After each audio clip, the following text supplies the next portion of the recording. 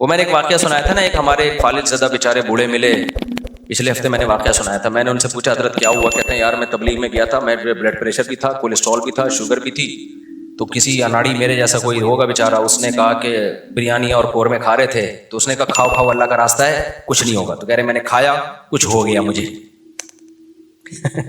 فالج ہو گیا مجھے. تو بہت برا بلا کہہ رہے تھے تبلیغ والوں کو. میں نے کہا بھی تبلیغ والے تو کم کھانا کم باتیں کرنے کو کہتے ہیں. تو وہ جس نے کیا غلط کیا.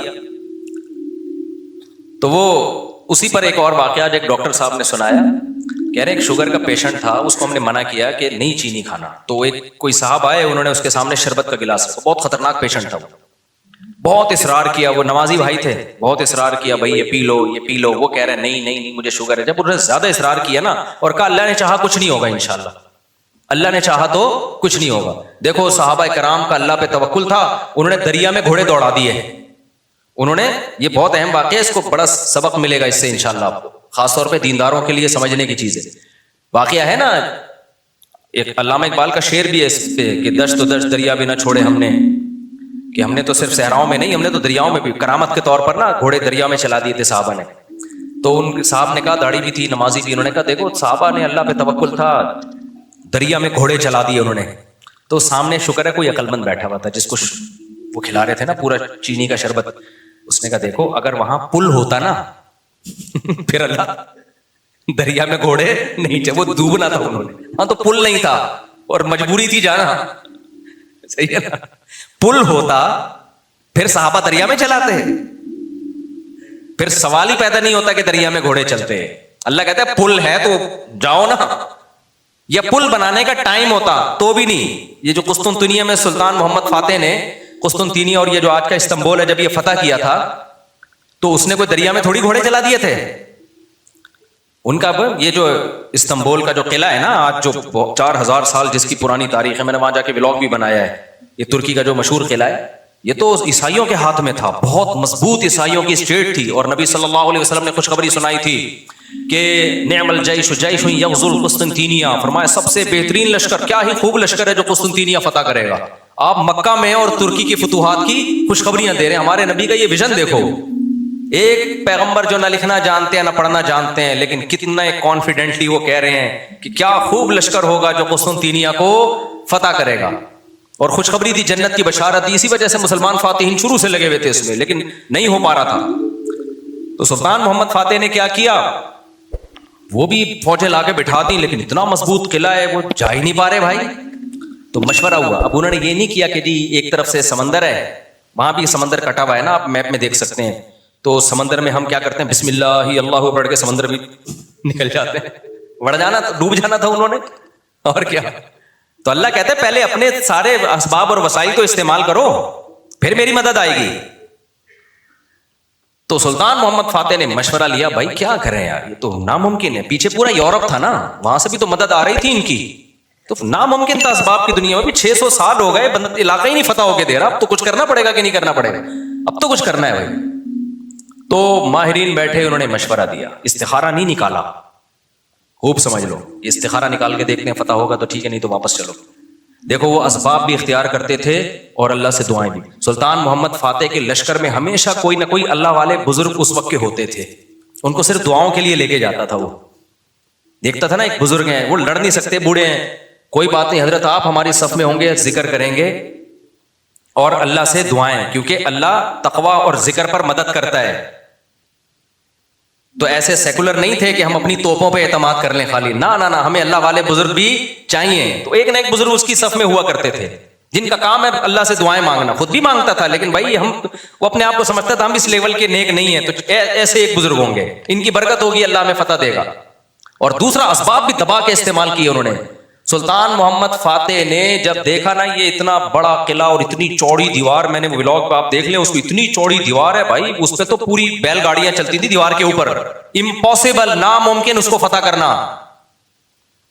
تو سلطان محمد فاتح نے بزرگ بھی رکھے اپنے پاس، اللہ اللہ بھی ہو، ذکر بھی ہو، اور پھر اپنے انجینئرز کو آرڈر دیا، دنیا کی سب سے بڑی توپ بنائی اس وقت اس قلعے کو فتح کرنے کے لیے، جس کو دیکھ کے آدمی، یہ توپ میں دیکھ کر آیا ہوں اس کا ڈیزائن، یا شاید وہی توپ رکھی ہوئی مجھے یاد نہیں ہے، इतनी बड़ी तोप बनाई है ना, उससे जो लोहे का गोला निकलेगा तो दीवार में कुछ हिलाएगा थोड़ा सा वो दीवार को। जो ऐसे जब 1000-2000 गोले निकलेंगे तो शायद दीवार में कुछ दरार आ जाए। इतनी स्ट्रगल की उसने, और इतने लोग। हमने तो तुर्की में ना उन्होंने वो बनाया हुआ है एक ऑडिटोरियम में ना, वहां पर एक जैसे नहीं सैयारा का हमारे यहाँ आपको मिलती है इधर प्लानिटोरियम, देखा होगा आपने, तो ऐसे ही उन्होंने वो पूरी तारीख दिखाते हैं वीडियो की शक्ल में। बड़ा मजा आता है वो देखने में, बड़ा जोश पैदा होता है यार, क्या खून खराबा और उधर से गोले, पूरा वो मंजर उन्होंने तारीख की किताबों से निकाल के उसको फिल्माया है। लेकिन ऐसे नहीं कि प्रोजेक्टर पे, बल्कि आप जाएंगे ना तो आपको ऐसा लगेगा आप वहां 3D में आप समझ लें, आपको लगेगा आप वहां पहुंच चुके हैं। वो ऐसा चीखें निकलती हैं यार वो मंजर देख के, ऐसे थोड़ी पेड़े खाए हैं मुसलमानों ने यार, पूरी दुनिया पे हुकूमतें की हैं, आज बैठे हैं वजीर आजम बन नहीं रहा। सही है ना? बहुत मेहनतें की हैं मुसलमानों का माजी बड़ा खुदा की कसम शानदार था। मैं बार बार कहता हूं ना, एक गोरे की वीडियो भी मेरे मोबाइल में पड़ी हुई है, वो लंदन में या अमेरिका में, मैं भूल गया, यूनिवर्सिटी में वो गोरा लेक्चर दे रहा है, अभी मेरे मोबाइल में वीडियो पड़ी हुई है। वो गोरा लेक्चर दे रहा है, गोरा कह रहा है तो वो काला, लेकिन गोरा इस सेंस में कह रहा हूं कि अमेरिकन है, इस सेंस में कह रहा हूं, या तो मेरा ख्याल है अमेरिकन है, यूके का नहीं है वो, उनका जो लबो लहजा है ना वो अमेरिकन लबो लहजा। वो यूनिवर्सिटी में लोगों को बता रहा है कि वंस अपॉन अ टाइम, एक टाइम था कि आपको मुस्लिम साइंटिस्ट के अलावा दुनिया में कोई साइंसदान नजर ही नहीं आता था। हर फील्ड में कौन सा साइंटिस्ट था? मुसलमान। और वो कह रहा है कि फलकियात के इल्म में मुसलमानों ने इतनी तरक्की की थी। फिर बगदाद की यूनिवर्सिटी का नाम ले रहा है वो, बगदाद में जो हमारी खिलाफत थी, तो वो कह रहा है कि आज भी जितने सितारों के नाम है ना इंग्लिश में, सारे अरबी से आए हैं। सारे कहां से आए हैं? ये अरबी से आए हैं। मुसलमान ये काम बहुत पहले कर चुके थे, बड़ा शानदार माजी था हमारा, लेकिन ऐसा खत्म हुआ, ऐसा लगता है हम हमेशा से ही इसी तरह हैं, हमेशा से ही हमसे वजीर आजम बन ही नहीं पाया कभी। तो ऐसा नहीं है, माजी हमारा और ज्यादा पुराना माजी नहीं है, 150-200 साल से ज्यादा पीछे की बात नहीं है। ये चंद गलतियां हुई हैं जिसकी सजा हम भुगत रहे हैं, उसमें मजहबी लोगों से भी हुई है, हुक्मरानों से भी हुई है, दोनों तबकों से हुई है, किसी एक तबके को आप जिम्मेदार नहीं ठहरा सकते। तो उसमें एक बहुत बड़ी गलती ये हुई है कि मजहब को साइंस से क्या कर दिया? अलग कर दिया। ये बहुत बड़ी मिस्टेक हुई है। जबकि हमें दाऊद अलैहिस्सलाम, सुलेमान अलैहिस्सलाम के वाकयात में क्या मिलता है? अल्लाह ने सुलेमान अलैहिस्सलाम को जब दुनिया का हुक्मरान बनाया है तो अल्लाह ने असबाब और वसाइल भी दिए थे उनको। वो असबाब क्या थे? लोहा उनके हाथ में पिघला दिया अल्लाह ताला ने। दाऊद अलैहिस्सलाम को हुक्म दिया जिरहें बनाओ, जिरहें। अल्लाह कह देता कि दाऊद तू जमीन पर हुकूमत करेगा, लड़ाई करेगा, जिरहें बनाने की जरूरत नहीं है। आयतल कुर्सी पढ़ के हर मुजाहिद पे फूंक लगाई, दम किया, दुश्मन की तलवार चलेगी नहीं।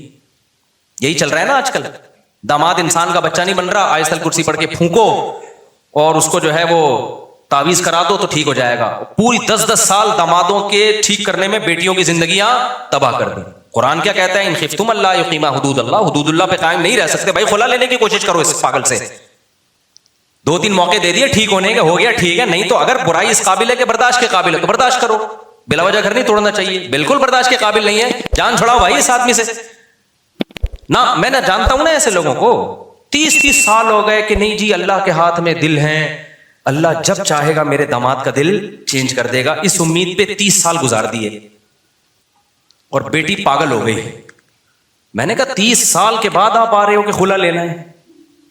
कह रहे भाई वो अल्लाह के हाथ में दिल है। तो मैंने कहा अल्लाह के हाथ में है, लेकिन अल्लाह ने कहा कि मैं घुमाऊंगा। हम कब कह रहे हैं कि अल्लाह के हाथ में नहीं है? अगर हमें पता होता कि अगले साल अल्लाह आपके दामाद को ठीक कर देता, मैं कहता चलो 1 साल और इंतजार कर लो।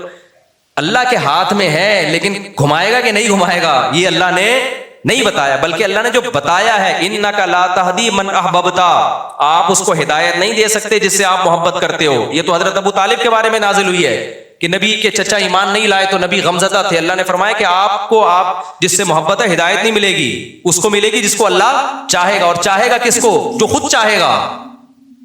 ये भी कुरान कहता है जो खुद चाहेगा उसी को मिलेगी, जो खुद नहीं चाहेगा तो भाई चाहे नबी का चचा भी हो नहीं मिलेगी। तो मैंने कहा भाई नबी के चचा को नहीं मिली हिदायत, आपके दामाद आपके नबी से भी आगे हो, तो हम तो ग्राउंड रियलिटी को देखकर फैसला करेंगे। 1 साल बहुत होता है किसी को तजर्बे में, अब इंसान का बच्चा नहीं बन रहा, ना नान नफका दे रहा है, वो बेतहाशा मारता पीटता है, टॉर्चर रहनी कर करके उसको बेचारी की जिंदगी बेड़ा गर्क हो गया उसको। मैंने कहा खुद ही मर जाएगा, थोड़े दिनों में खुला के तकल्लुफ की जरूरत क्या है? तलाक लेने की क्या जरूरत है उससे? इस्लाम जो है ना वो दकियानूसी नहीं सिखाता मेरे भाई, मुसलमानों ने ऐसे ही नहीं दुनिया पे हुकूमतें कर ली हैं। दाऊद अलैहिस्सलाम को अल्लाह ने, दाऊद अलैहिस्सलाम, कुरान कहता है ना पूरी दुनिया पे दाऊद अलैहिस्सलाम ने, पूरी दुनिया ना भी हो, दुनिया के बहुत बड़े हिस्से पर जो हुकूमत की है, तो कुरान क्या बताता है कैसे की हुकूमत, कैसे की हुकूमत, भूखे लगा लगा के की। कुरान उनकी इबादत का भी तस्करा करता है, दिन में रोजा रखते थे, रातों को तहज्जुद पढ़ते थे, इसका भी तस्करा करता है, ये भी जरूरी है। वरना एक सेकुलर फौज में, मुजाहिदीन में और एक मजहबी लोगों में कोई फर्क नहीं रहेगा। अल्लाह कहते हैं जब तुम अल्लाह की राह में लड़ोगे, कसरत से अल्लाह का जिक्र करो, क्योंकि तुम लड़ रहे हो अल्लाह की मदद पे, तो अल्लाह को याद भी तो रखो ना, लेकिन साथ साथ असबाब और वसाइल भी खानदानी तरीके से इस्तेमाल करने हैं। तो अल्लाह ने दाऊद अलैहिस्सलाम को क्या कहा, जिरहें बनाए लोहे की, और कैसे कहा, ये भी नहीं कहा कि बना दें बस, बाकी मैं खुद ही जोड़ दूंगा। कद्दिर फिस सर्द, उनकी लड़ियां जोड़ने में भी अंदाजों से जोड़े हैं कि कैसे उस अंदाजे का मतलब क्या है, क्योंकि जब जिरहें बनाई जाती है ना, लोहे के लिबास जो जंग में इस्तेमाल होते हैं, तो जाहिर है जिस फौजी के लिए, जिस मुजाहिद के लिए बनवाई जा रही है, उसको लेटना भी होगा, उसको बैठना भी होगा, उसको घोड़े पे छलांग लगा के बैठना भी है, तो वो मूवेबल हो, वो मुड़ सके आसानी से, तो उसके लिए बहुत टेक्निकल तरीके से उसको एडजस्ट करना है। तो कद्दिर का मतलब उसकी एडजस्टमेंट बड़ी खानदानी होनी चाहिए। नहीं आई मेरा ख्याल है बात समझ में। ये भी नहीं कहा कि अल्लाह मियां ने कि ज़ेरें बना ले, रस्सी से जोड़ लेना, ये एक तार नहीं होती जो इलेक्ट्रिशियन के पास होती है, ये वाली तार से यूं करना। हमारे यहाँ जुगाड़ू काम हो रहे होते हैं कि नहीं हो रहे? जापान में जुगाड़ू काम नहीं होते। हमारे हर काम क्या है, कंप्यूटर को भी ठंडा कर रहे हैं पंखे पे ना आगे मैंने नेट पे एक वीडियो देखी, सिस्टम को ठंडा करने के लिए एक अलग से पंखा चलाया जो कंप्यूटर को कम और आपको ज्यादा ठंडा कर रहा है, मुंह पे हवा आ रही है डायरेक्ट उसकी। खैर, तो कद्दिर फिस सर्द, मैनेजमेंट इस्लाम का एक हुक्म है, सफों को सीधा करने का हुक्म है या नहीं? अल्लाह मियां कहते हैं नमाज पढ़ने आओ, थोड़े बहुत आगे पीछे हो गए कोई मसला नहीं है यार, कबूल करने वाला कौन है? अल्लाह है, कर ले। ना ना ना, इतनी भाई जब खड़े हो सीधे तो फिर सीधे होने चाहिए, जरा सा भी पेट आगे निकला हुआ ना हो, सीना आगे निकला हुआ ना हो। नबी सल्लल्लाहु अलैहि वसल्लम इकामत के बाद कैसे सफों को सीधा करते थे? मैनेजमेंट आज दीनदार लोगों में खत्म, सारे बातें उल्टी हो रही हैं, इलॉजिकल बातें करवा लो। कोरोना में तो दिमाग पी गए थे लोग हमारा, कोविड पे हमने कहा ना, डॉक्टर कह रहे फासला रखो तो रख लो फासला। हर आदमी भाई तवक्कुल के चक्कर में कोरोना वाला आदमी मुंह पे जाके छींक रहा है लोगों के। ये कौन सा इस्लाम है भाई?